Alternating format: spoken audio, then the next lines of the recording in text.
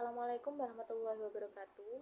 Nama saya Nazla Zulfa Daian Maduda dari kelas M 2022B dengan NIM 22030214048. Hari ini saya akan membacakan hasil dari UTS saya, Pendidikan Pancasila. Yang pertama adalah mengidentifikasi pemahaman hakikat Pancasila meliputi menjelaskan A. Tujuan pendidikan Pancasila dan B. Landasan dalam pendidikan Pancasila. Yang pertama yang A. Yang A adalah tujuan pendidikan Pancasila. Tujuan pendidikan Pancasila dibagi menjadi 3, yaitu tujuan nasional bangsa Indonesia, tujuan pendidikan nasional, dan tujuan pendidikan Pancasila. Yang pertama, tujuan nasional bangsa Indonesia, yaitu tujuan ini tertuang dalam pembukaan UUD 1945 alinea keempat yang diwujudkan melalui penyelenggaraan negara yang berkedaulatan rakyat dan demokratis dengan menjunjung tinggi persatuan dan kesatuan bangsa berdasarkan Pancasila dan UUD 1945. Yang kedua adalah tujuan pendidikan nasional, yaitu tujuan ini dilakukan untuk pembentukan moral, etika, dan mental bangsa Indonesia yang sangat diperlukan untuk menyiapkan generasi penerus yang berkualitas baik dari sisi keilmuan maupun akhlak, jasmani, dan rohaninya. Yang ketiga adalah tujuan pendidikan Pancasila, yaitu untuk menciptakan wahana pembelajaran bagi mahasiswa agar secara akademik dapat mengkaji, menganalisis, dan memecahkan masalah-masalah pembangunan bangsa dan negara dalam perspektif nilai-nilai dasar Pancasila. Yang B adalah landasan-landasan dalam pendidikan Pancasila. Yang pertama adalah filosofis, yaitu penggunaan hasil-hasil pemikiran filsafat Pancasila untuk mengembangkan pendidikan Pancasila.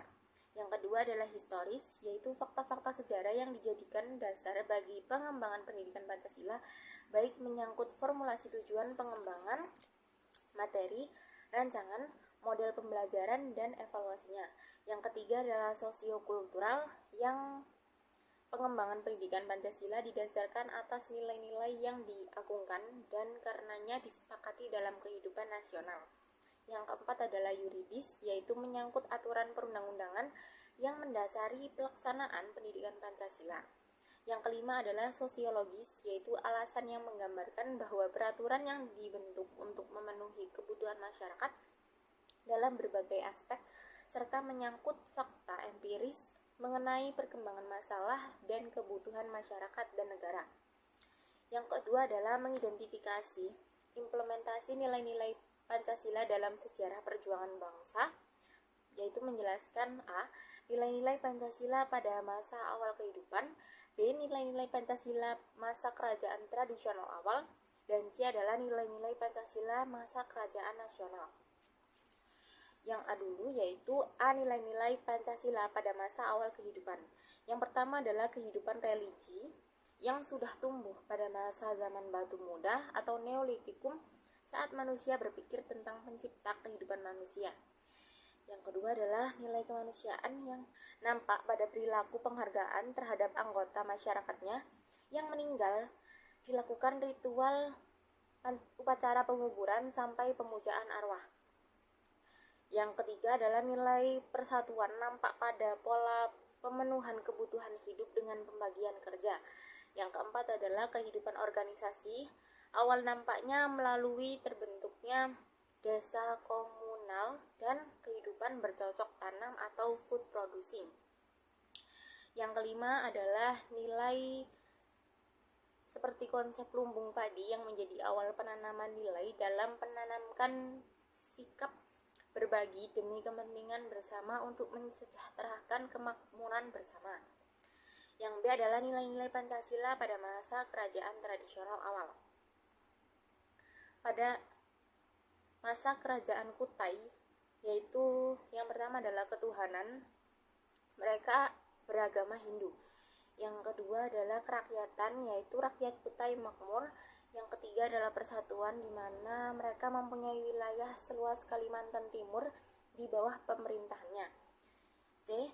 Nilai-nilai Pancasila masa kerajaan nasional, yaitu pada masa kerajaan Sriwijaya dan Majapahit. terdapat nilai ketuhanan yaitu beragama Hindu dan Buddha, nilai kemanusiaan yaitu mempunyai sikap terbuka dan memiliki relasi yang baik.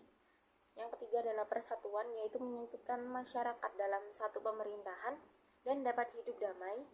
Yang ketiga adalah kerakyatan, yaitu di mana masyarakat dalam kerajaan Sriwijaya dan Majapahit itu sejahtera. Yang kelima adalah keadilan, yaitu bercampur baur tanpa memandang latar belakang seseorang. Yang ketiga adalah mengidentifikasi implementasi nilai Pancasila sebagai upaya pertahanan dan mengisi kemerdekaan Republik Indonesia. Dengan menjelaskan nilai-nilai patriotisme bangsa Indonesia ketika melawan penjajah sampai masa proklamasi kemerdekaan Indonesia. Dan B, yaitu analisis nilai-nilai Pancasila sebagai upaya mempertahankan dan mengisi kemerdekaan Republik Indonesia. Yang A, nilai patriotisme bangsa Indonesia ketika melawan penjajah yaitu adalah persatuan dan kesatuan, rela berkorban dan tanpa pamrih, cinta pada tanah air dan saling pengertian serta saling menghargai. Yang B adalah analisis nilai-nilai Pancasila sebagai upaya mempertahankan dan mengisi kemerdekaan Republik Indonesia. Yang pertama adalah A, persatuan dan kesatuan, yaitu sikap ini dibutuhkan dari semua organisasi atau kekuatan yang ada meski terdapat perbedaan paham, ideologi, dan organisasi. Yang kedua adalah rela berkorban, di mana para pahlawan mempertaruhkan jiwa dan raga, mengorbankan waktu dan harta benda demi memperjuangkan kemerdekaan. Yang ketiga adalah cinta pada tanah air. Sikap ini menimbulkan semangat patriotisme di kalangan para pejuang untuk melawan penjajah. Yang keempat adalah saling pengertian dan saling menghargai, di mana sikap ini dapat memupuk rasa persatuan dan menghindarkan dari perpecahan, sehingga timbul kekompakan dan rasa kebersamaan. Yang keempat adalah mengidentifikasi proses perumusan dan pengesahan Pancasila sebagai dasar negara, dengan menjelaskan A, proses perumusan Pancasila, dan B, analisis proses pengesahan Pancasila sebagai dasar negara. Yang A adalah proses perumusan Pancasila, di mana yang pertama adalah sidang BPUPKI yang pertama pada tanggal 29 Mei sampai 1 Juni 1945, di mana sidang pertama hari pertama tanggal 29 Mei 1945 Muhammad Yamin mengemukakan dasar negara. Yang kedua adalah hari ketiga sidang pertama 31 Mei 1945 Supomo mengemukakan pendapat. Yang ketiga adalah pada hari terakhir sidang pertama 1 Juni 1945 IR Soekarno menyampaikan gagasan tentang dasar negara yang ia sebut sebagai Pancasila dan turut mengemukakan pendapat.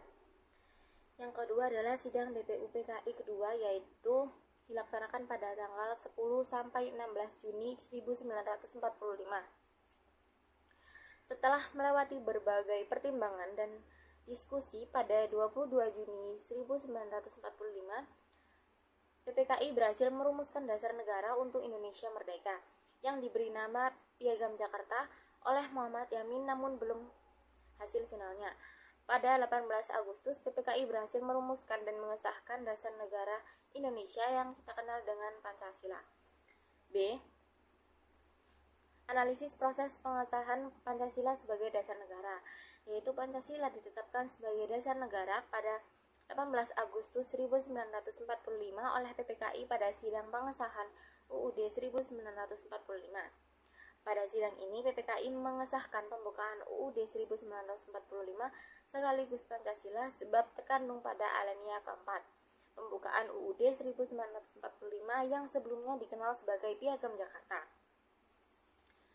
Soal kelima yaitu mengidentifikasi pemahaman Pancasila sebagai sistem filsafat dengan menjelaskan A. Menjelaskan pengertian sistem filsafat, B. Pokok-pokok pikiran dalam Pancasila sebagai sistem filsafat yang sistematis dan hierarkis dan logis, C. Uraikan dan rincian unsur-unsur Pancasila sebagai sistem filsafat, D. Hakikat nilai moral dan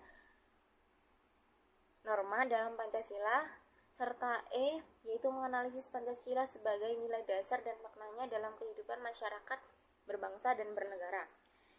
Yang A, yaitu sebagai suatu filsafat, sila-sila Pancasila merupakan suatu kesatuan yang bulat dan utuh. Sila-sila Pancasila memiliki hubungan yang saling meliputi dan menjiwai. Jawaban yang B, yaitu A, bidang ontologi, B, bidang epistemolog, C, bidang aksiologi. Jawaban untuk C, yaitu unsur ketuhanan secara ontologi bahwa Tuhan yang Maha Esa merupakan Maha Sumber, sebab pertama dari segala sesuatu yang ada. Yang kedua adalah unsur kemanusiaan sebagai makhluk Tuhan yang merdeka dan berdaulat, yang memiliki tanggung jawab dan kewajiban dalam kebersamaan dan kesemestaan. Yang ketiga adalah persatuan, yaitu unsur persatuan sudah terdapat di dalam kehidupan masyarakat Indonesia, bahkan sudah dilaksanakan pada kehidupan sehari-hari. Yang keempat adalah unsur kerakyatan, yaitu sebagai rakyat yang berdaulat dan demokratis. Yang kelima adalah unsur keadilan, di mana orang yang harus memberi kepada orang lain apa yang menjadi haknya serta kewajibannya. Jawaban untuk D, yaitu nilai adalah sesuatu yang didambakan, sesuatu yang diinginkan, dan sesuatu yang diidealkan. Yang moralitas adalah seseorang sebenarnya ditentukan oleh bagaimana perilaku orang tersebut dalam kehidupan sehari-hari yang menggambarkan nilai diri. Selanjutnya adalah norma adalah suatu nilai agar terwujud harus dijabarkan ke dalam aturan-aturan. Jika tidak, nilai hanya akan di dalam pikiran. Jawaban untuk E, karena Pancasila mengandung berbagai aspek nilai yang ada dijadikan pedoman hidup bagi masyarakat berbangsa dan bernegara, dan maknanya yaitu sebagai pandangan hidup bangsa dan ideologi. Jawaban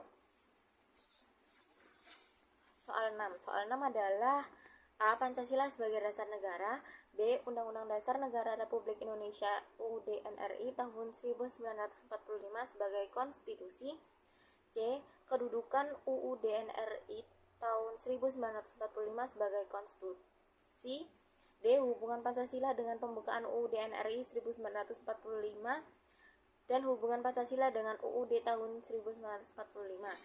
Jawaban yang A adalah dapat diartikan sebagai landasan dan sumber dalam membentuk dan menyelenggarakan negara.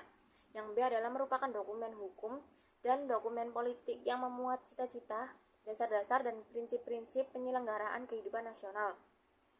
Yang C adalah sebagai hukum yang paling tinggi dan bersifat fundamental. Yang D adalah sebagai dasar hukum. Keduanya memiliki hubungan yang saling berkaitan atau tidak dapat dipisahkan. Ibarat Pancasila adalah rohnya dan UUD NRI 1945 adalah raganya. Pancasila merupakan unsur pokok dalam pembukaan UUD 1945. Soal C, beri contoh penjelasan nomor 1 sampai 6 tentang pelaksanaan yang diimplementasikan di lingkungan saudara-saudara. Yang ke-1 adalah melaksanakan ibadah dan percaya adanya Tuhan. Yang kedua, tidak semena-mena terhadap orang lain. Ketiga, menghargai dan menghormati. Keempat adalah cinta terhadap tanah air. Yang kelima, musyawarah untuk mencapai mufakat. Yang keenam adalah adil terhadap sesama manusia. Soal ke-8 adalah A, pandemi COVID-19 yang berasal dari Cina telah merambah ke berbagai belahan dunia. Sudah ribuan orang meninggal karena virus ini. Hingga saat ini penyebaran melandai. Upaya yang dapat dilakukan mencegah penyebaran virus COVID-19 dengan melakukan memakai masker, sering mencuci tangan dengan sabun, menjaga jarak atau physical distancing. Pada masa keadaban baru, kebiasaan hidup apa saja yang dapat memutuskan wabah atau pandemi tersebut dan berikan alternatif pemecahan masalahnya. B, bagaimana aktualisasi nilai-nilai Pancasila dalam pemulihan ekonomi masyarakat diakibatkan pandemi COVID-19 yang terjadi di Indonesia saat ini. Jelaskan pendapat saudara disertai dengan contoh faktual. A, yaitu dengan rajin berolahraga. Yang selanjutnya adalah menerapkan 3M dan selalu menjaga protokol kesehatan. Yang B adalah pemulihan ekonomi akibat pandemi dengan bekerja sama antara pemerintah dan masyarakat yang nantinya dapat bergerak maju memulihkan ekonomi Indonesia. Sekian itu saja jawaban dari UTS Pendidikan Pancasila saya.